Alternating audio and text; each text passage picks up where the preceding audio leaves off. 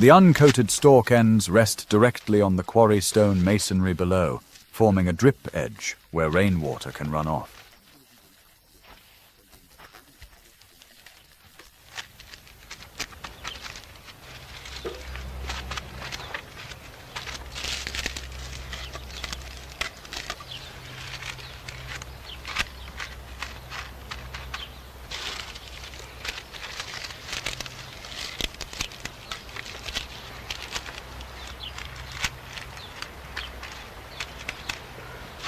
Gradually, the first layer builds from the right corner post toward the center of the half-timbered wall.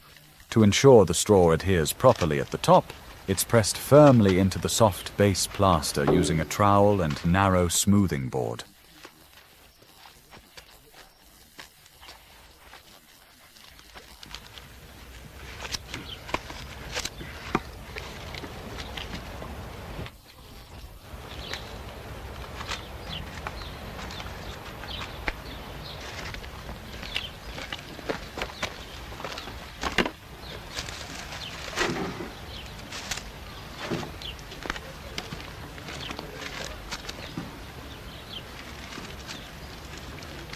The second covering layer begins again at the right corner post.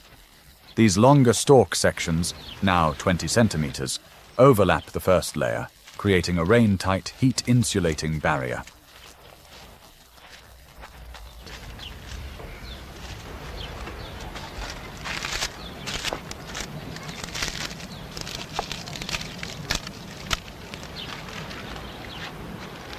Straw cladding on weather walls hasn't survived in the Rhineland landscapes to the present day. However, historical accounts describe how these wall coverings were made. In the Siegerland region, for example, craftsmen would first coat the lowest section of wall with clay, then press handfuls of straw into the soft surface and spread them out. A finger-thick split hazel rod was then laid over the straw and nailed to the beams on both sides. Successive layers were applied in the same manner at 4-centimeter intervals, working upward until reaching the gable triangle beneath the roof.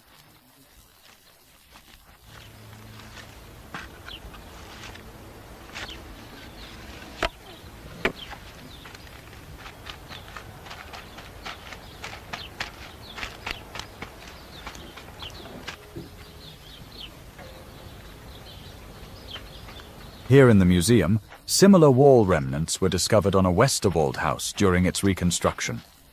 Using these findings, the museum craftsman who prepared the Bodenbach house's straw wall was able to recreate the traditional technique.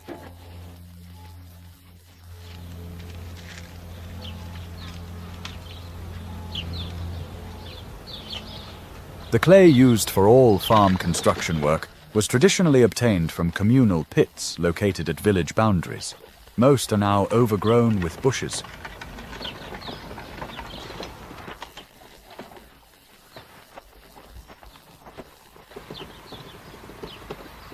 Clay was quarried there during autumn through cooperative labor, then left to weather against the quarry wall, which gave it the proper consistency.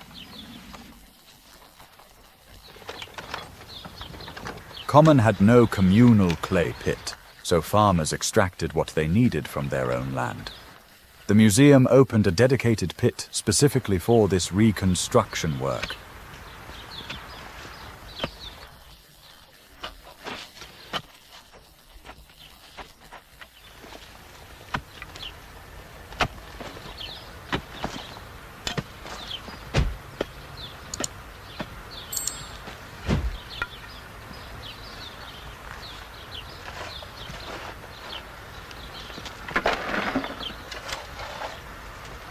Wheelbarrow by wheelbarrow, small quantities are transported for work on the straw wall.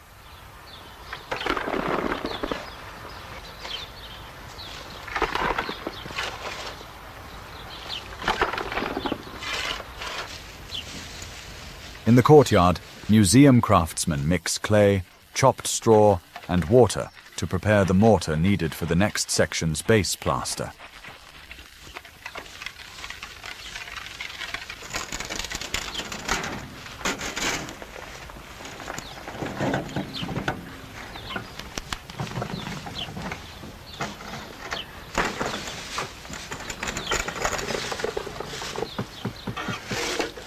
The chopped straw includes remnants from the bundles cut to length for the wall cladding.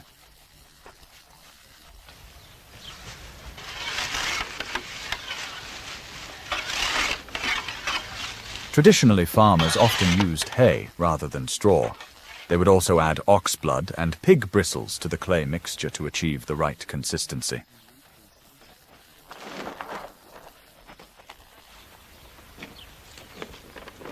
Besides wood, clay was the most essential building material before cement and mortar replaced it.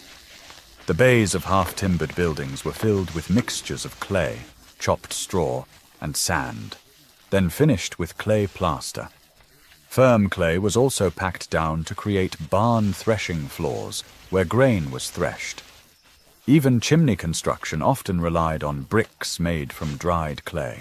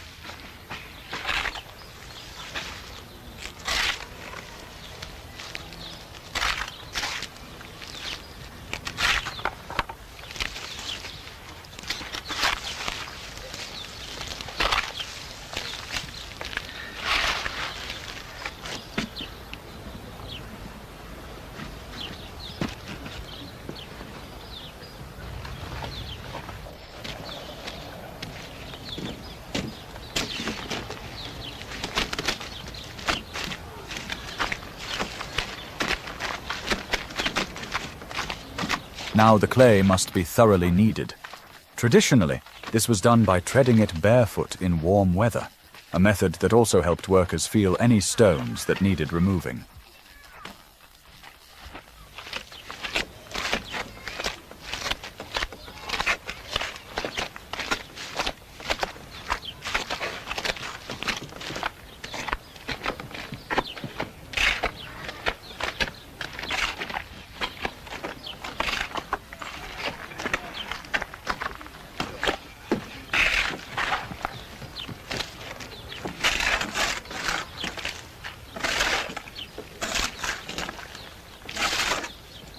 Work on the wall has progressed considerably. A scaffold of wooden trestles and planks now provides access to the upper wall sections where the straw cladding can be applied.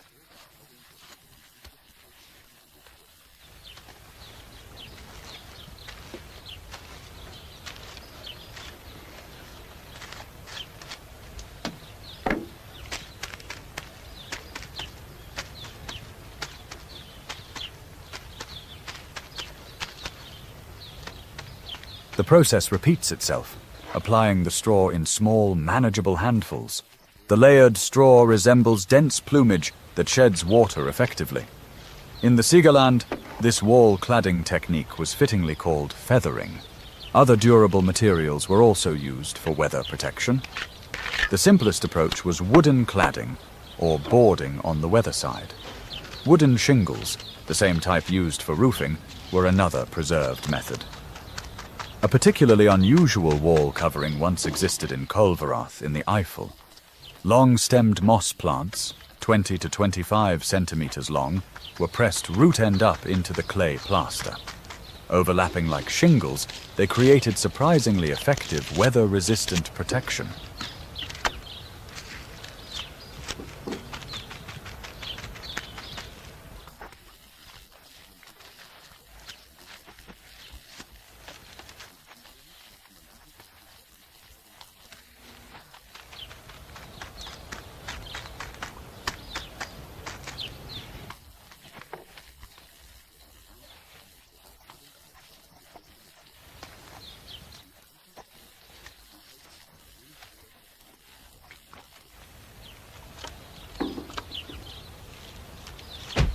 Over the next few days, the gable-side weather wall of the Scheuerheck farm will be completely covered with straw. This straw cladding will then provide the same protection against cold and moisture that has proven effective on the neighboring Bodenbach house for nearly 20 years. In our increasingly mechanized world, the Rhineland Open Air Museum in Common plays a vital role in preserving traditional ways of living and working.